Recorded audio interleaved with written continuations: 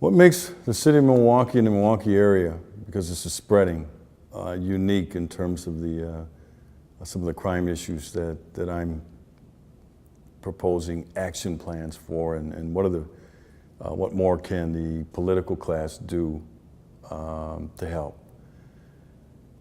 The city of Milwaukee is unique in that in a densely populated urban area, like a Chicago, like a New York, like an LA, Miami, Dallas, I could go on and on and on. You have a lot of people living in a confined area.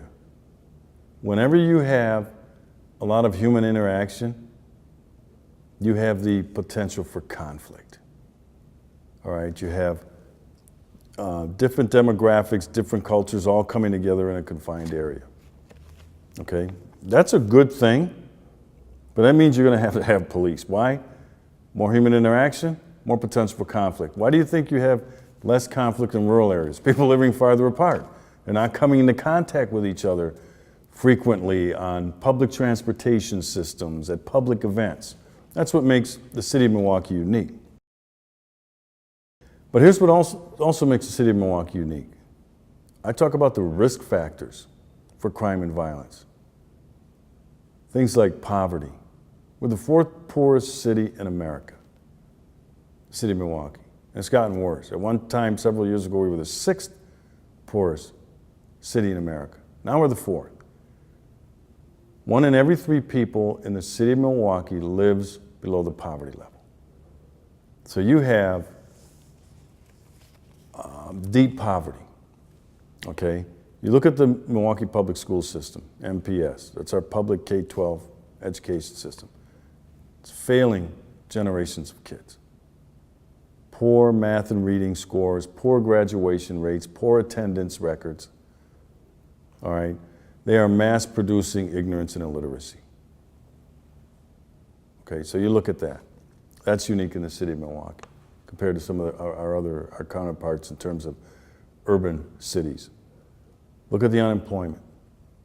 If we don't figure out a way to put people back to work in the city of Milwaukee, we are done as a city. You have to put people to work. They have to find adequate housing. People have to find jobs to support themselves and their families. Things that could become a lifestyle instead of criminal behavior. So when you look at those things, those are the risk factors. I don't talk about root causes. I'll tell you, there are no root causes to crime. There are risk factors because the overwhelming majority of people who live in poverty are not engaged in criminal behavior. That's why it's not a root cause. It's a risk factor. It increases the chance and the likelihood, when I say a risk factor, that a person in those pathologies, no job, no skills to offer an employer, all right, no money, are going to turn to crime and violence. Not a cause, it's a risk factor. So you look at that with the city of Milwaukee. That's the petri dish for crime and violence to thrive. It's the broken windows theory.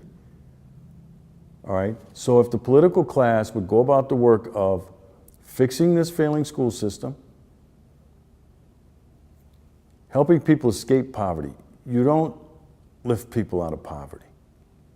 People have to escape poverty. What do I mean by that? The definition of escape is to break free through their own sheer will. That doesn't mean without help, but you don't lift people out of poverty by hooking them on some government program. That only makes them dependent on the government program. All right, so that's what makes Milwaukee unique. So as long as you have those risk factors, you're going to continue to have the high levels of crime and violence that we have in Milwaukee. It happened in Detroit. Detroit went through decades of obscene poverty levels, no jobs, failing school system, no hope, and look what happened to Detroit. We have the same pathologies here in the city of Milwaukee, and if we ignore them, like the political class is trying to do, we will suffer the same fate as Detroit. In its heyday, Detroit had nearly 2 million people. Wasn't that long ago? 30 years ago? 40 years ago? Nearly 2 million people. Today they have 750,000. Everybody left.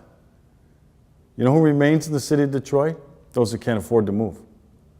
So you basically have a city of people who are dependent on programs, anti-poverty, food stamps, unemployment, to thrive. You can't thrive as a city like that.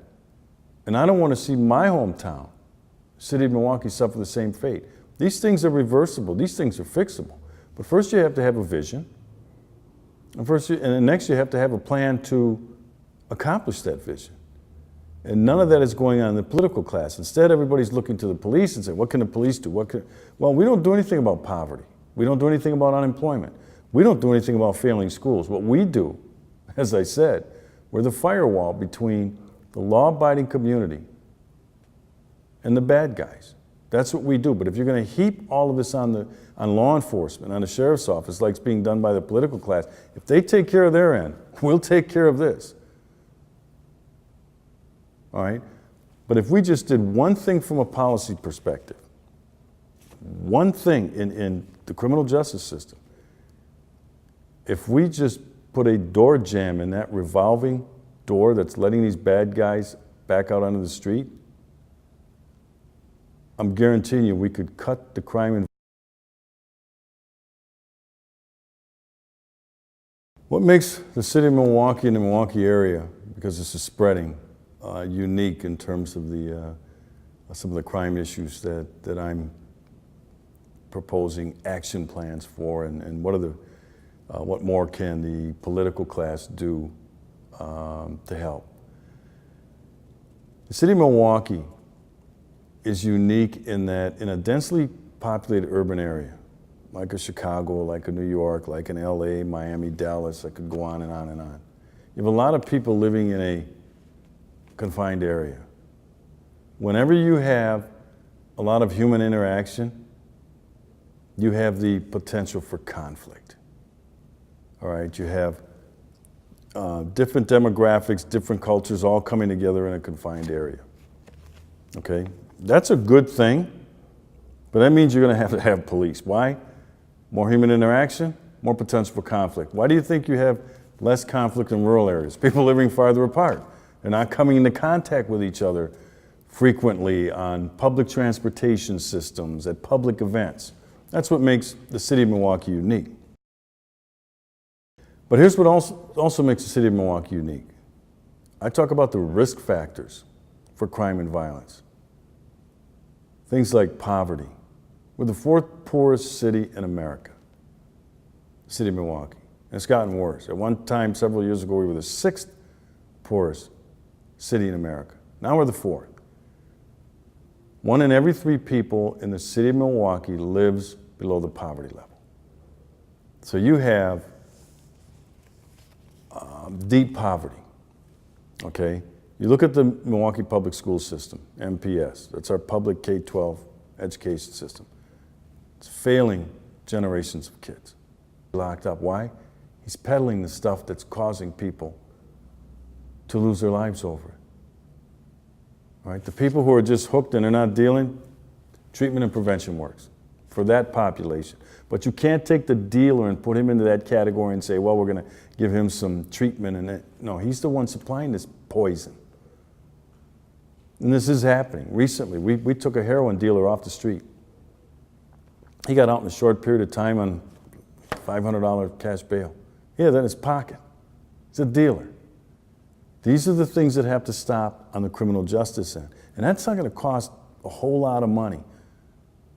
All right, we don't need millions of dollars to stop with this foolishness of watered-down prosecutions in exchange for plea bargain. We just need the prosecutor to tell the defense attorney, no, this guy is going to pay high consequences for this because of the nature of the crime, and look at his criminal history. We got to stop that stuff. That's where the criminal justice. But again, the police can't do it. I don't have any say in the charging process. The cops don't have any say in terms of sentencing. You take a career criminal who's done something serious, and you stay a sentence in favor of probation, which puts him right back out on the street. So again, we can point at the police, and what more can the police do? The system's broken. The criminal justice system is broken, but it's through no fault of the police. The prosecutors are not saying, well, we don't have anybody to charge. The police aren't arresting. They're saying we have too many cases. Police are doing their job, but this thing has to work in concert. Because it'll send a message to the criminal element, hey, they're not fooling around anymore. And right now the criminal knows, if I do get caught for this, first of all, the chances are low. But if I do get caught for this, there's a high likelihood I'm going to be right back here out on the streets. Well, here's why this should matter to people living in the outlying areas, all right? We live in a mobile society now, all right? You don't contain crime into a certain area. You can disperse it. But it's like water, it seeks its own level. And as long as we're a mobile society, you're going to see these individuals travel out into outlying areas and engage in the same type of behavior, and we've seen it. Right, and people are well aware of it. The people living in the outlying area better hope that the city of Milwaukee political class gets its act together and gets their arms around this crime and violence, because it's coming to a theater near you, so to speak. And that's why people should care. All right? We live in a regional world now. We've all heard of globalization. That's the way commerce works, right? No longer can a city in an outlying area wall themselves off like they could 50 years ago and think they can be protected from what's going on in this large urban center nearby. Our commerce doesn't move like that. People have access to motor vehicles. Bank robberies are up in the Milwaukee area. Bank robberies. There was a bank robbery recently that happened in Menominee Falls. It's not in Milwaukee County. You know where the perpetrators came from? City of Milwaukee. How'd they get there? Car. We're a more mobile society than we were 50 years ago. A bank robber wasn't going to walk from Milwaukee to Menominee Falls to hold a bank up, because he lessens the chance that he can get away quickly. Crime doesn't happen like that anymore.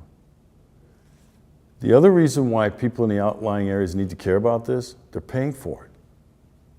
More and more of your tax dollars, your property tax dollars, and your state tax dollars, your income state that goes to Madison, it's not coming back to your community, because it's going back to this black hole in Milwaukee for more social programs. So that's money that's not coming back to your community. You have a vested interest in this if you do not live in the city of Milwaukee. And you know what? You can't move far enough away from it. You can't run. You can only run so far. And so, like I said, if the city of Milwaukee doesn't get its act together, the people in Oak Creek, the people in Hales Corners, the people in Whitefish Bay, the people in Brown Deer, the people in Wauwatosa, the people in South Milwaukee, the people in Cudahy are going to pay dearly for it. They have a vested interest in this, and they better hope, if nothing else, hope's not a plan, well, they better hope that somebody, like myself, I need more help in terms of messaging, they better hope somebody recognizes the problem and is willing to do something about it, is willing to push back against this political class that thinks that there's a way out of this by sticking your head in the sand and maybe this will just go away. You know, it's the elephant in the room. The elephant is there. You can turn your back to it, but guess what? That elephant is still there.